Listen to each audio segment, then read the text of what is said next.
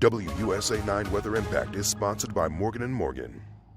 Good Monday evening. I'm meteorologist Caitlin McGrath, and we've got a nice dry evening to enjoy before we start to see some changes roll in for Tuesday and Wednesday. But if you're out and about here over the next several hours, you'll have nice, mostly clear skies, comfortable temperatures falling through the 60s once the sun goes down here, and then eventually into the 50s and 40s as you're waking up early on Tuesday morning. We'll be generally in the mid to upper 40s, so a little cool to start, and it's not going to warm up as quickly as it did today because we will have plenty of cloud cover around on Tuesday. Unfortunately, those gray skies will dominate much of the forecast and keep our temperatures on the cooler side as well. Still in the mid to upper 50s around lunchtime tomorrow, low 60s. We'll do it for high temperatures on Tuesday. There's also a low risk for a spotty shower, mainly in the morning and mainly to the west of D.C., but certainly something to keep in mind for your Tuesday morning commute.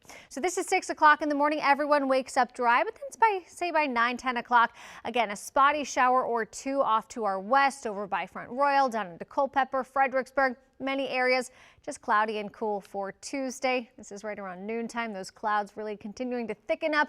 Low chance for a stray shower. And then as we head throughout the afternoon, we do see some breaks of sunshine. So it's going to take quite some time, but we will see a little bit of blue sky in the second half of the day and throughout Tuesday evening ahead of much more rain moving in for Wednesday. So this is Wednesday around 10, 11 o'clock, and we'll be tracking some widespread light to moderate and occasionally heavy rain.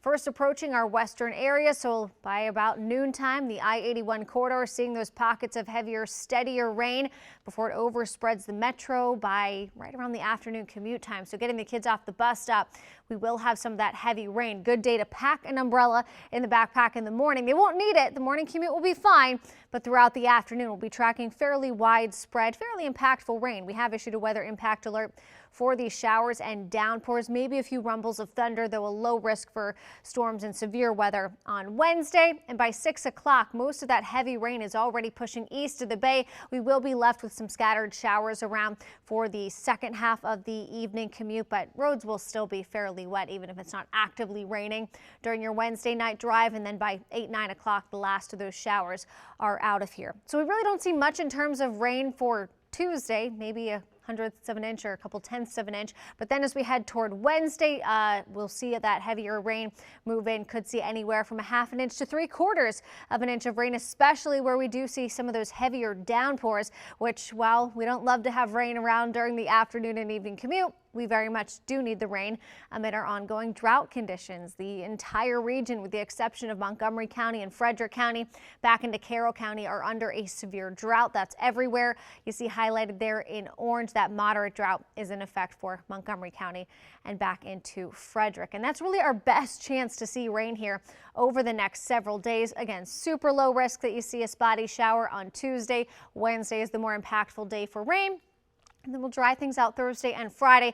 But we're keeping an eye on a weekend storm possible on Saturday. The American model kind of soaks us out on Saturday, while the European model keeps a storm off to our south. So still plenty of time for that forecast to change. Lots to unpack here from a forecast perspective, but we'll be keeping an eye on it and what it means for your weekend plans. And that will also dictate our temperatures as we head into Saturday. But for now, we're staying on the cooler side with those temperatures in the low 60s and below average, not only for the next 5 days, but for the extended forecast. We should be around 72 degrees by this point in April, and as we head into the start of May, it does look like we could see some warmer temperatures move in by next week, a little bit closer to average. But the overwhelming trend here, as we look at the Climate Prediction Center 8 to 14-day temperature outlook, is for those temperatures to continue to be below average across a good chunk of the country. You can see from the Midwest all the way down through the Southeast, all of that blue, that's where temperatures are forecast to be below average, still trending above average in the western, call it third of the country, but closer to home, that will keep our temperatures generally about 5 degrees below where we expect them to be for the start of May. So we've got the weather impact alert in effect for the showers and downpours as we head through Wednesday afternoon and evening. And then as we head through the rest of the week, we will dry skies out at least until Saturday, and keeping an eye on that storm nearby. And you'll definitely want to keep an eye on that forecast if you're heading to the Nats game. They return home on Friday for a 3-day homestand. And as we head into Sunday, still on the chilly side, temperatures only in the low 60s, but that is looking like our drier day of the upcoming weekend.